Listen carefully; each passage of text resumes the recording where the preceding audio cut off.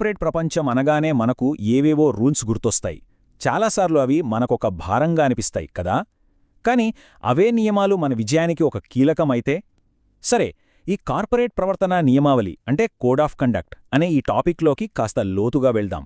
ఇది ఒక కంపస్లా, ఇంకా ఒక షీల్డ్లా ఎలా పనిచేస్తుందో చూద్దాం. చాలామందికి కోడ్ ఆఫ్ కండక్ట్ అనగానే మనం ఏమేం పనులు చేయకూడదో చెప్పే ఒక పెద్ద లిస్టు గుర్తొస్తుంది. ఒక రకంగా మనల్ని కట్టడి చేసే రూల్స్ బుక్ అనుకుంటారు.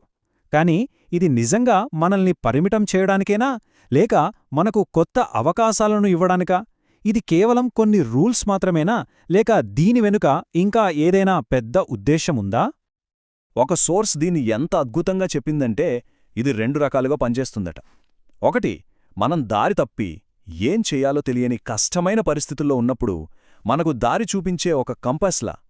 2, చట్టపరమైన చిక్కుల నుండి కంపెనీ పేరు ప్రతిష్టలకు డ్యామేజ్ జరగకుండా కాపాడే ఒక షీల్డ్లా. ఆలోచించి చూస్తే దీన్ని అర్థం చేసుకోవడానికి ఇదొక అద్భుతమైన పద్ధతి. అంటే దీన్ని మనం కేవలం కొన్ని రూల్స్లా కాకుండా ఒక కంపెనీకి పునాది లాంటిదిగా చూడటం మొదలుపెట్టాలి. ఎందుకంటే ఇదే కంపెనీ కల్చర్ను తీర్చిదిద్దుతుంది, మనం తీసుకునే ముఖ్యమైన నిర్ణయాలకు దారి చూపిస్తుంది, చివరికి మొత్తం ఆర్గనైజేషన్ను కాపాడుతుంది. ఇదొక చాలా బలమైన ఫ్రేమ్వర్క్ అన్నమాట. సరే, ముందుగా ఈ కంపస్ అంటే దిక్సూచి అనే ఐడియాను కాస్త లోతుగా చూద్దాం. అసలు ఇది ఒక కంపెనీ లోపల కల్చర్ని ఎలా గైడ్ చేస్తుంది? ఇక్కడ మనం ఒక చాలా ముఖ్యమైన తేడాని గమనించాలి. అదేంటంటే, ఒక కంపెనీ ఏం చేస్తుంది అనేదానికి, దాన్ని ఎలా చేస్తుంది అనేదానికి మధ్య ఉన్న తేడా.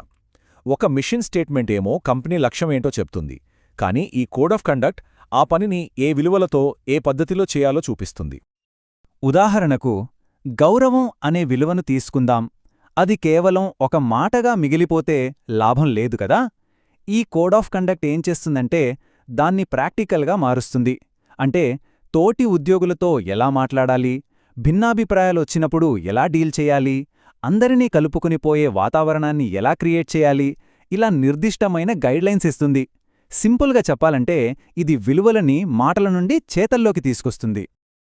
ఇది వేధింపులు, వివక్ష లాంటి సీరియస్ విషయాలపై ఎలాంటి కన్ఫ్యూజన్ లేకుండా చేస్తోంది. క్రాస్ రిక్రూటింగ్ లాంటి కాన్ఫ్లిక్ట్స్ ఆఫ్ ఇంట్రెస్ట్ రాకుండా క్లారిటీ ఇస్తోంది. కంపెనీ ప్రాపర్టీని, టెక్నాలజీని ఎలా వాడాలో చెబుతుంది.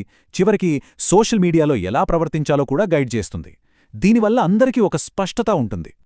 ఇక్కడే అసలు విషయం ఉంది. ఎప్పుడూ ప్రతీదీ బ్లాక్ అండ్ వైట్గా ఉండదు కదా. కొన్నిసార్లు ఏం చేయాలో, ఏది కరెక్టో స్పష్టంగా తెలియని గ్రే ఏరియాసుంటాయి. అలాంటి టైంలో ఇది ఒక గైడ్ బుక్లా పనిచేస్తుంది. కంపెనీ మన వెనుక ఉందనే భరోసా ఉన్నప్పుడు ఉద్యోగులకు సరైన నైతిక నిర్ణయాలు తీసుకోవడానికి ఇది కాన్ఫిడెన్స్ ఇస్తుంది. ఇప్పుడు కంపాస్ గురించి చూసాం కదా, ఇక రెండో విషయానికొద్దాం. షీల్డ్ అంటే డాలు. ఈ ఫ్రేమ్వర్క్ బయటి ప్రమాదాల నుండి ఆర్గనైజేషన్ను ఎలా కాపాడుతుంది? ఈ స్లైడ్ చూస్తే మనకు చాలా క్లియర్గా అర్థమవుతుంది. ఒకవైపు ఏమో భారీ రిస్కులు, మరోవైపు వాటి నుంచి కాపాడే బలమైన రక్షణలు. భారీ జరిమానాలు పడకుండా లీగల్ కంప్లైంట్స్తో కాపాడుతుంది, పబ్లిక్గా స్కాండల్స్ జరగకుండా కంపెనీ పేరును కాపాడుతుంది, ఇంకా కస్టమర్ల నమ్మకాన్ని నిలబెడుతుంది. ఈ సోషల్ మీడియా యుగంలో అయితే చెప్పక్కర్లేదు. ఒక్క చిన్న పొరపాటు చాలు, ఒక్క తప్పుడు ట్వీట్ చాలు, కంపెనీ పేరు ప్రతిష్టలు మట్టిలో కలిసిపోవటానికి. ఒక ఉద్యోగి చేసిన పొరపాటు వల్ల కంపెనీకి భారీ నష్టం జరగొచ్చు. అలాంటివి జరగకుండా నిరోధించడానికి ఈ కోడ్ ఆఫ్ కండక్ట్ ఒక కవచంలా పనిచేస్తుంది. ఈ షీల్డ్ కేవలం బయట ప్రపంచం నుంచే కాదు, కంపెనీ లోపల కూడా మనల్ని కాపాడుతోంది. ఎలాగంటే ఇది వేధింపులను, వివక్షను ఏమాత్రం సహించమని స్పష్టంగా చెబుతోంది. ఎవరైనా తప్పు చేస్తే దాని గురించి ధైర్యంగా మాట్లాడటానికి, రిపోర్ట్ చేయటానికి ఉద్యోగులకు ధైర్యాన్ని ఇస్తోంది. సేఫ్గా, కాన్ఫిడెన్షియల్గా రిపోర్ట్ చేసే మార్గాల్ని చూపిస్తోంది. అంతేకాదు, రిపోర్ట్ చేసిన వారిపై ఎలాంటి ప్రతీకార చర్యలు ఉండవని హామీ ఇస్తుంది.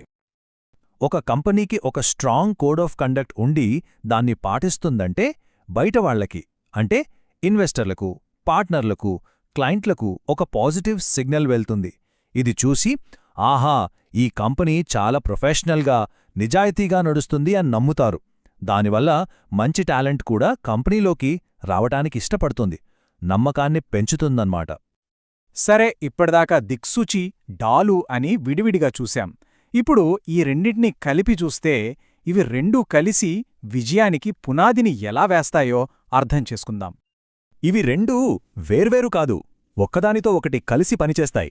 కంపాసేమో టీంకు సరైన దారి చూపిస్తుంది, షీల్డేమో కంపెనీ ఆస్తులను, దాని పేరు ప్రతిష్టలను కాపాడుతుంది. ఈ రెండూ కలిసినప్పుడు ఆ సంస్థ చాలా బలంగా, గౌరవప్రదంగా తయారవుతుంది. అంతిమంగా సోర్స్ చెప్పినట్టు దీన్ని మనం ఒక రూల్స్ బుక్గా చూడకూడదు. ఇది కంపెనీ ఆరోగ్యం ఇంకా భవిష్యత్తు కోసం మనం పెడుతున్న ఒక పెట్టుబడి అన్నమాట. ఇది కేవలం సమస్యలు రాకుండా చూసుకోవడం మాత్రమే కాదు, కంపెనీ నిలకడగా ఎదగడానికి దారివేయడం. ఇదంతా మనల్ని ఒక ఆసక్తికరమైన ప్రశ్న దగ్గర వదిలేస్తుంది. మనం తరచుగా కంపెనీల మిషన్ స్టేట్మెంట్లు, పెద్ద పెద్ద మార్కెటింగ్ క్యాంపెయిన్లు చూస్తాం. కానీ బహుశా ఒక కంపెనీ నిజమైన విలువలు ఎక్కడ ఉన్నాయో, దాని నిజాయితీ ఏంటో చెప్పేది ఈ కోడ్ ఆఫ్ కండక్ట్లోనే కావచ్చు. ఒక సంస్థ యొక్క సమగ్రతకు అసలైన కొలమానం ఇదేనా? ఆలోచించాల్సిన విషయం.